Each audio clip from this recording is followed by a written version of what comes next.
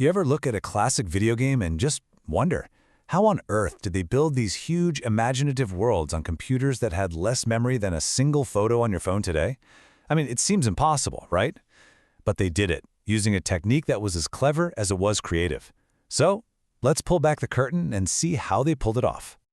Just look at this screen for a second. You've got platforms, you've got enemies, water, a whole landscape. How did they fit entire universes like this into machines with just kilobytes of memory?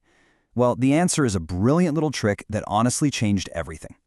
You see, it all boiled down to one brutally simple problem: tiny, tiny memory. You gotta remember, computers back then had an incredibly small amount of memory. Every single byte was precious. So the most obvious way to do things, storing a game screen pixel by pixel like a photograph, well, that would fill up the memory almost instantly. It was a total dead end. They had to think way outside the box. And that outside-the-box thinking, it was based on an age-old principle, one that let them build big while thinking very, very small. And that principle was divide and conquer. Yeah, seriously. Instead of trying to handle the screen as one giant picture, they broke it down into small, repeatable chunks. And the simple idea? It unlocked the potential to create these massive, sprawling game worlds we remember. And these little chunks, they have a name: tiles. The best way to think of a tile is like a single, tiny piece of a mosaic. It's just a small graphic, usually only 8 by 8 pixels, that you can use over and over and over again to build a much bigger image. And here's the crucial part: you only have to store the design for that one tile once. This right here, this is the secret sauce. Instead of the computer having to remember 9 different identical pictures of water, it just has to store one single water picture and then an instruction that says, hey, draw this 9 times. The memory savings were just absolutely enormous. Okay, so that's the theory. Now let's see what it actually looks like in practice on a real game screen. All right, take a look at the bottom of this screen. You've got this deadly-looking pool of water with spikes sticking out of it. It seems like there's a lot of unique detail going on, right? It's creating this dangerous obstacle for our little hero.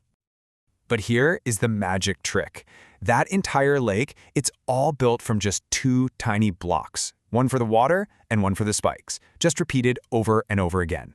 This is the power of tile-based design in action. You're creating complexity out of extreme simplicity. So where did these blocks come from? Well, developers use these special tools to design them, one pixel at a time. Let's take a look at what that was like. So this is what a tile editor, or in this case, a block editor, actually looked like. This one's from a program called Arcade Game Designer. And we're looking at a very, very special tile here. This is block 0. Block 0 was a weird one. First off, you were basically told never to touch it.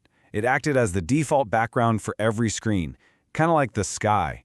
But here's where it gets really wild. This one block also defined the colors for all the game's characters, the sprites. It's just a perfect example of the QWERTY memory-saving logic of these old systems. You know, these intense limitations didn't just force developers to be clever. They actually fostered this unique kind of artistry. It all became a creative challenge. As the creator of this tutorial points out, the real skill wasn't just making the tiles. It was arranging them so it didn't look so obviously repetitive. It was a real art form, balancing the need to save memory with the desire to create a world that felt believable and looked beautiful.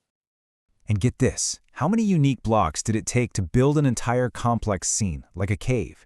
Just 12. That's it. A whole environment built from a dozen unique little tiles.